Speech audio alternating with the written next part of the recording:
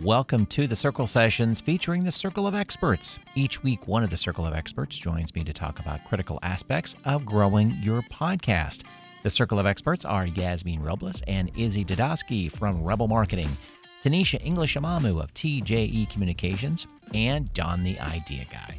I'm Brett Johnson, my podcast guy from Circle 270 Media Podcast Consultants. This week, Tonnisha is here. Tanisha's on a mission to help small businesses level the playing field through her digital marketing solutions. Tonnisha, thanks for joining me again today. Yeah, thanks for having me. Yeah. So I usually ask you, what do you want to talk about? But we Mhm. had this long discussion before we got into this episode, and I, Yeah. I wanted to this idea of podcast branding versus podcast promotion has been really kicking Mhm. around in my head, Mhm. and I wanted to throw this as a topic with you, as basically calling it breaking down the success of podcast branding. Yeah. And we always talk about successful podcasts, Mhm. and it's funny how we talk about them, and it's not about the episodes, it's about the Right. podcast itself. And you have some really, you follow some very successful podcasts, and you have great examples of what they've been doing with their, they build up their branding so well Mhm. that they're not even relying on episodes per se. They just have this following that they Yeah. love the guests, or I should say the co-hosts, and Mhm. what they do with them. Mhm. I'll let you jump in and kind of give a couple of examples of what you're talking about. Yeah. Yeah. So we're just talking about this idea that your podcast isn't just a show. And I think Yeah. if you can treat your podcast like a brand, like a whole business in itself, that the work that you're doing in the episodes, outside of the episodes, really becomes more intentional, and it helps you to build your audience and be able to grow more, right? So I was using the example of Crime Junkies, which, as you all know, I love true crime. But I was talking about how I think what makes Crime Junkies or even Payne Lindsay with Tenderfoot TV different than some of the other true crime podcasts out there is that they're not just sensationalizing crimes. They are actually using their resources, their community, their connections to try to solve these crimes.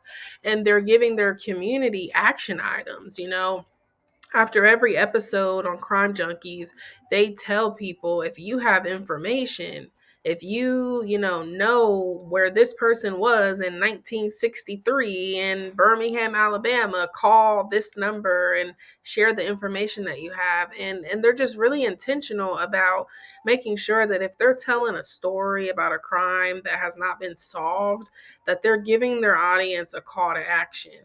And that has led to Crime Junkies having a paid community. I think they have a Patreon, which is like a paywall type of community where you can get in and get exclusive access to more deeper information about the podcast. I know they have an app where you can actually listen to podcast episodes within the app. And so if they're talking about, Sarah lived 3 miles from the school, they're showing a map as they're talking about that, so you can see what that distance really looked like. And if the person had to walk through a field, you're going to be able to see that to really start to get a visual of what they're talking about.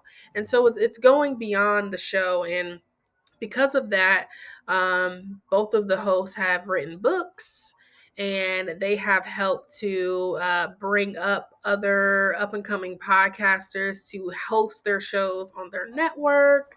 They do tours for live episodes of their podcast and really have become an entire brand. And it's not just about what they talk about on the show, but they're actually doing the work of, if we care about the stories that we're telling, we're not just saying that on the podcast, but it shows up in our actions outside of every episode. Yeah. I think what's interesting is that, we get to talk about the success of these podcasts now. And if Hmm. you're looking to emulate or to learn something from this, you do need to go back in history and see where they began, because Yeah. this takes time. This was Yes. not, for the most part, not an overnight success. It was Right. strategically, and sometimes you accidentally fall Hmm. into a success formula that's like, wow, that worked. Yeah. And you go with it. But I think the big part is this strategy, is that Mhm. when you begin to create your content for whatever kind of podcast you're doing, is Mhm. what is the end result? What is the strategy? And it's not just filling out the podcast description for Apple Podcasts. It Right. goes way beyond that. Yes, that's something you need to do, but that podcast description should be coming from something that you and your co-host or you yourself have just really researched out in regards to what do you want to accomplish? What does each episode do to build up your podcast brand that it starts to build over time? That Yeah. people, when they hear the title of your podcast, know Mhm. exactly what it is. You don't have to have episodes to support it. It's Right. that they know this is what this podcast is and what it does and what the co-host or or the host does do. Yeah, and I think to that point, you also have to be careful with this approach because when I think about the very first podcast I ever listened to was Serial. Mhm. And they were helping to solve. There was a kid named Adnan Saeed who was accused of murdering his girlfriend, and fast forward, they ended up, helping him to, get out of prison or whatever. And so, what I think where they went wrong is that the entire podcast was so focused on that case Yeah. that once they tried to move on, people weren't interested Yeah. because they were interested in that case. And so I think as you are creating your brand, really focusing on, so what Payne Lindsay kind of did differently was that in his podcast Up and Vanished, it was really focused on Tara and solving that case. And when he wanted to talk about another topic, he created another podcast. Mhm. Still similar concepts, but talking about something slightly different. And but people followed because they loved what he did on the other podcast. And he was able to still come back to the original Up and Vanished and talk about someone different, but it took a little bit of pivoting to come back around. Whereas maybe Crime Junkies, every single episode has always been about different cases, Yeah. and they might do some episodes where they're like following up. So I think you Yeah. just got to be careful as you are, creating brands with your podcast, also not thinking that maybe this podcast you're doing now isn't the end game for you. Maybe Yeah. this is just one podcast and it's going to Mhm. be focused on this one thing and you're just all in, and then maybe you do switch to something else. So I think there's definitely a strategy behind when you're really thinking about creating a brand with your podcast and where you want to go, and making sure that as you're bringing people in, if they're coming in for this one thing, if you're okay with that and you want to just offer that, fine. But if you can foresee yourself wanting to, have a little more variety, then you got to make sure you're bringing that in, because if people get stuck on this one thing, once you're done with that thing, they might leave. And so Mhm. finding a way to keep the audience engaged with the brand is really important too.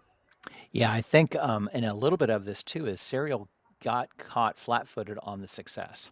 They Mm, didn't realize, and you can't really plan for that. You don't know. I mean, right, but what was their definition of success? Who right. knows? Only interviews with them would you would find that out. But it was a not it was not an overnight success, but Hmm. just the story itself, how they put it together, became a hallmark. Yeah. One of the most referenced podcasts in podcast history Hmm. Hmm. because of what it did, and it also was that surprise hit. They Hmm. were not expecting that. So it's that Yeah. you and that can happen to anybody. So it's that Hmm.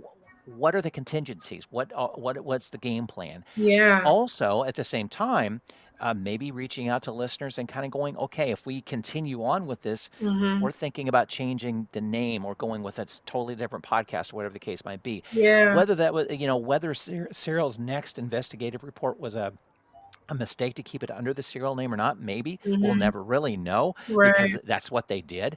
Or the next story that they covered wasn't as intriguing. Right. Right. because that was a hard one to follow up on. If you Yeah, think it about it, that was. was just Yeah. huge. And how do you follow up on a success like that? In it that second one that was based in Detroit, I forget the storyline, but it was a Mhm. Detroit based one. It just didn't have the luster. It just Yeah, didn't. it Yeah. didn't have that same energy that was behind, the original case with Adnan, and I think a lot of people had so many questions about that Hmm. case. There were so Yeah. many things that didn't make sense. It's like, well, did he do it? Didn't he do it? Was I it the know. friend? Did the friend Every help? w I mean, there were so well, many. So every episode changed your mind. yeah, Basically, yeah, it really did if you think about it. It's like, "Wait a mhm, minute, last time I listened to this, I was sure he wasn't. Now right, they've got doubt in my head again." right, So right. yeah, and they did a good I think they did a good coverage of the second storyline, but it Yeah. just didn't Hmm. have that, uh, development, I guess you could say, Yeah. comparatively. So, Right. but it was interesting how that developed up. And I think, Hmm. we need to take lessons from that. And I think it's just that not one off looking at it going, okay, great for them. But it's really Yeah. taking a look at, okay, what are you prepared to do? What are you preparing for? Hmm. And what you put out there, again, comes back to you're supporting your main concept of what you're doing with your podcast Right. and keeping true to yourself, a strat plan Hmm. of what you're doing. And I know a lot of people a lot of podcasters don't walk into it that seriously, but Right.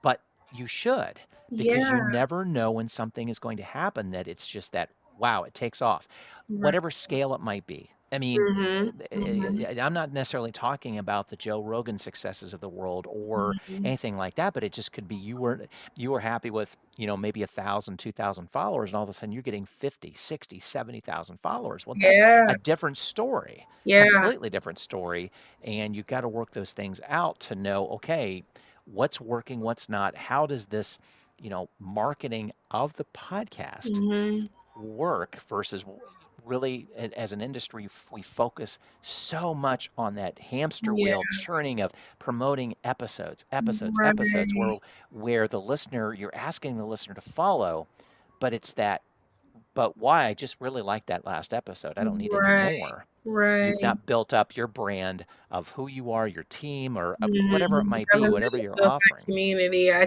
think that's Yeah. the difference between some of even the podcasts that we've mentioned today. I think one thing that they all did really well, some continue to do, is building that community around the podcast.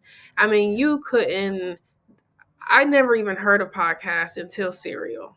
That's Right. what made me really start listening because everyone was talking about it. So it's like, well, I want to know, I want to be a part of this conversation to know Hmm. what's going on. So I think they all Yeah. did a great job with building community, and you could tell with all these podcasts that they were doing this because they were passionate Yep. about what they were talking about. Hmm.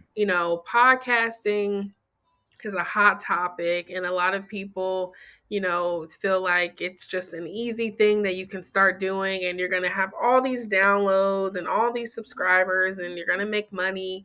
But it really does take a lot of time, commitment, consistency, and being passionate about what you're talking about. Yeah. If you're not excited about, gardening, and you start a gardening podcast, like, it's going to show up in the work, it's going to show up in the consistency.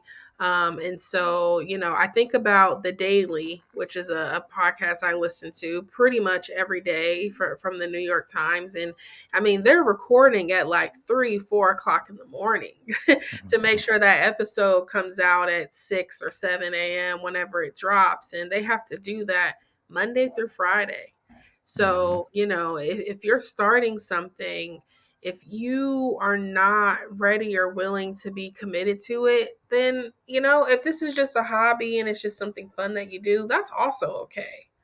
Hmm. But if we're really talking about starting podcasts to help us grow our business, or these are our businesses, then we really got to look at some of these podcasts that we talked about and kind of look at their blueprint that they Hmm. put out for us, and see why they have been able to be successful.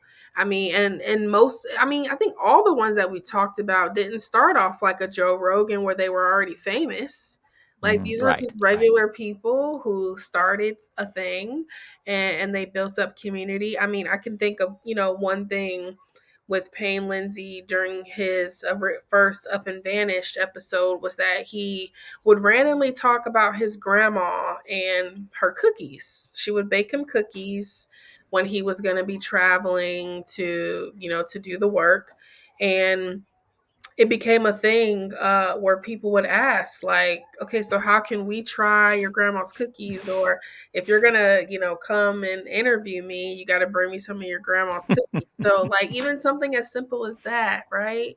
Yep. um I think Serial might have done this. I know Up and Vanish did too, where they would have episodes dedicated to people have been listening and they have questions, and they would let people call in and kind of share what their questions were, and they would spend an episode answering the questions about the case.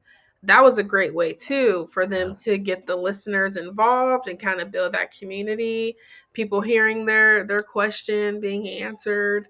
Yep. Which a lot of podcasts out there now do that, where they might have listener letters, or Yeah. they might Yeah. have people call in.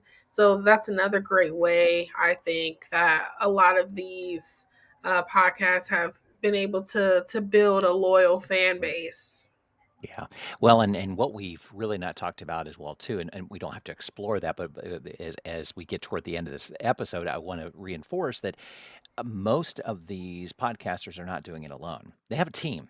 And behind the Yes. scenes, they may mention them at the end, that by Mm-hmm. name, that sort of thing. But Yep. it's that you may look at the success they have and kind of go, I can't do that alone. And they're not. They're not doing it alone. And that's kind of where your services and my services come into play, that we can be a support team for that. If nothing Yeah. else, throwing off ideas or understanding, okay, we have this, what's the best way to market it? Right. And just flesh out ideas Mhm. from other people that are in the industry or have a love of it, and they can give these examples. So let's say the listener does have, that they want that team member. Let's end with how can they get a hold of you, in regards to just kind of talking about Yeah. this a little bit more? Yes, you can go to my website, tjecommunications.com, and schedule a free consultation. I would love to be a part of your podcast team. So, yeah, you can schedule some free time with me anytime. Yeah, and same with me too. If you go through me, and if it depends on what the need is, I'm going to bring in Tonnisha along, or any other circle of experts along as well too. You can get me on my scheduling calendar at mypodcastguide.com. Thanks again for joining me, Tonnisha. This has been great. Yeah, of course. Thank you for having me.